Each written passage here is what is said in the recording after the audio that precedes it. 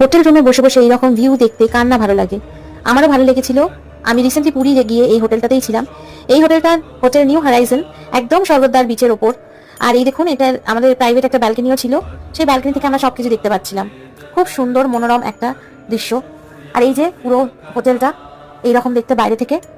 এই ট্রিপটা actually anniversary special ছিল। তো দেখুন, আমার হাজব্যান্ড আগে থাকতেই বলে রেখেছে ওদেরকে যে সাজিয়ে রাখতে, তাই ওরা খুব সুন্দরভাবে রুমটাকে সাজিয়ে দিয়েছিল। এই হোটেলটা সব রকম অ্যামিনিটিস আপনি পেয়ে যাবেন, লিফট ফ্যাসিলিটিও আছে, বয়স্কদের কোনো অসুবিধা হবে না। আর এটি একটি 3 স্টার হোটেল বলাই যেতে পারে।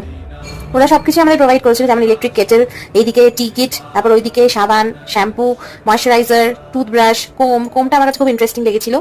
আমি এবার রুম রেটসে আসি। এটা হোটেলের ব্রশিওর। তো একদম নিউ মেরিন ড্রাইভ রোডে, স্বর্গদ্বার রোডে এটা অবস্থিত।